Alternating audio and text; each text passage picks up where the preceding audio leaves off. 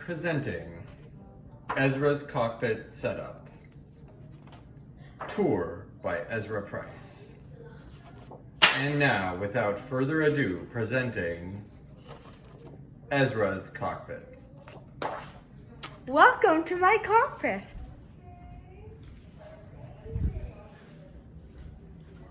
This is my cockpit. Dun dun dun dun dun dun dun dun dun. This is the first officer's side. We'll start here. This is the yoke. Like This- an egg?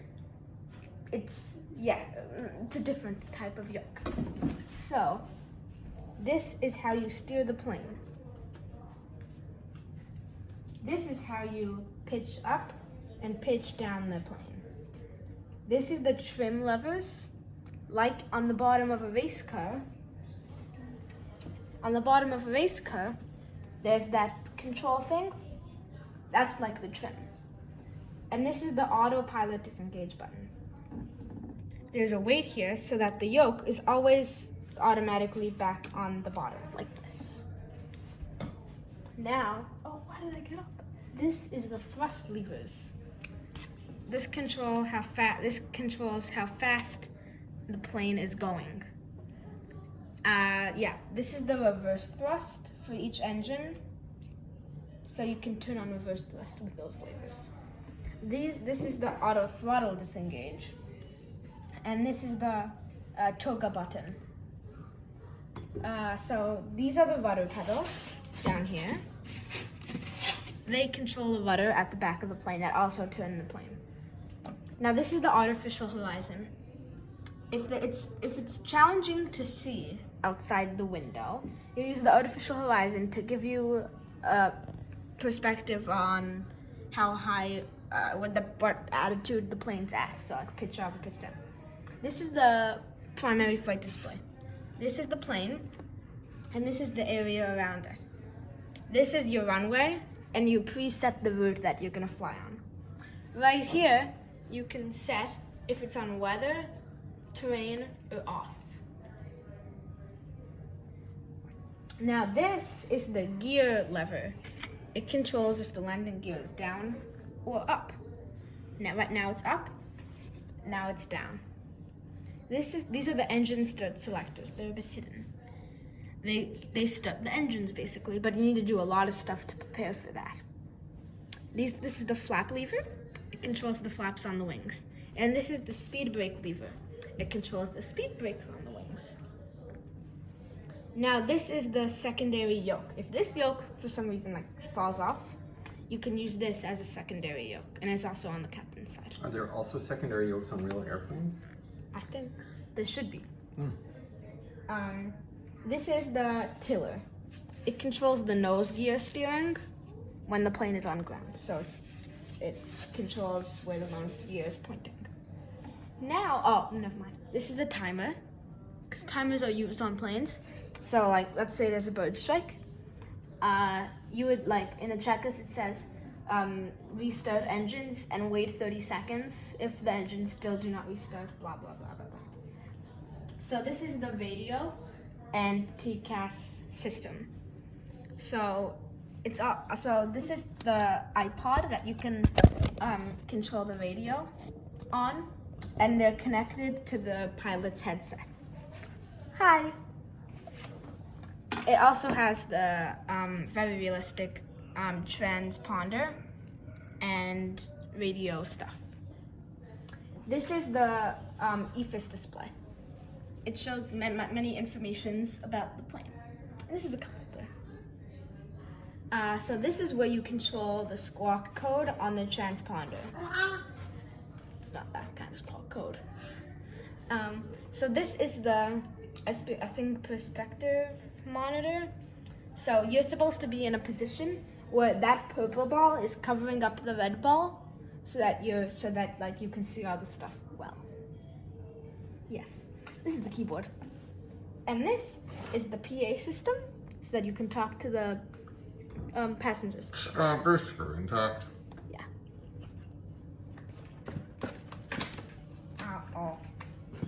Challenging to put back on. And I also put some lights in so that you can see easier. Now these are the engine fire switches. So if there's a fire warning bell, you'd, like on fire warning bell, on the EFIS display it'll tell you which engine it's on, and you would, or the APU, and you'd flip the fire switch to extinguish the fire. Let's move on to the captain's side. A lot of things are similar on the captain's side. Many things are different too.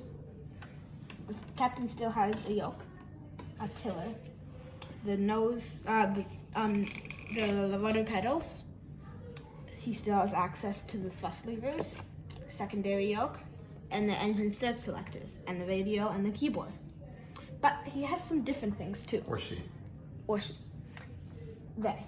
And they have light, so that they can work on the checklists. They're the circuit breakers.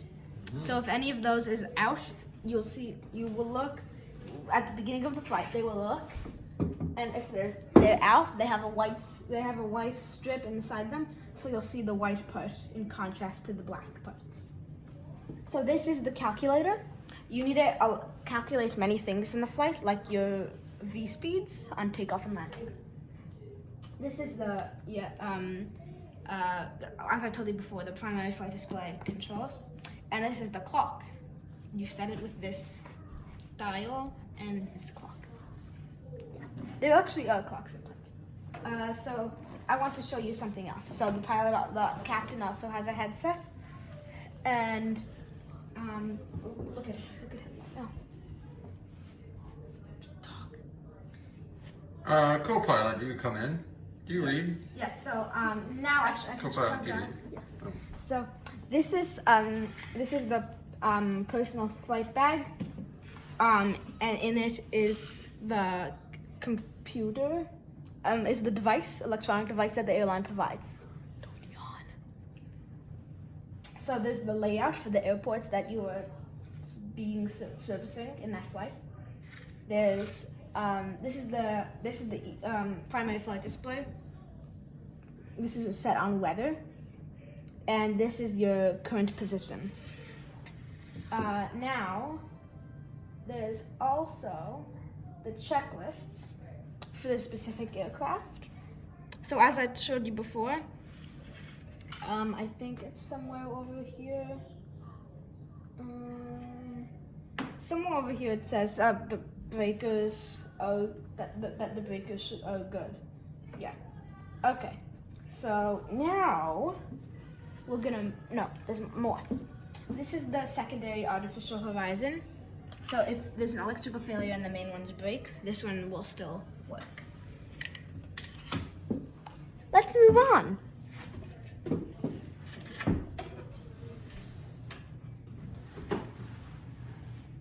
So this is the controller station.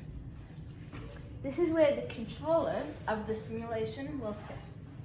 Will sit right here, or she, or they, and they will have controls to the audio on the aircraft. So let's for example play the pull up alarm. My name is Alfie. My story is true. This is a story. Terrain. Pull up. There we go. So that's the pull up alarm, and there are many different sounds.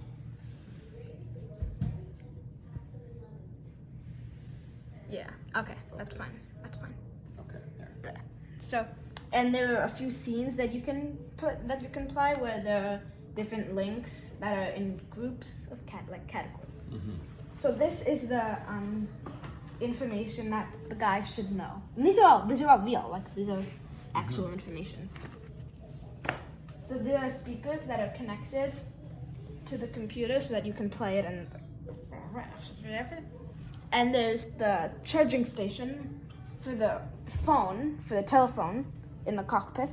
And when it's not charging, it would be here. Should not be plugged in anymore. There you go. And there's a microphone that you can plug into the speakers. And there's also headphones that you can plug into the speakers that you can use. So I think that wraps up our tour.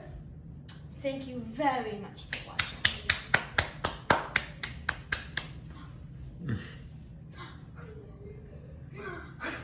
If you're still watching, don't anymore.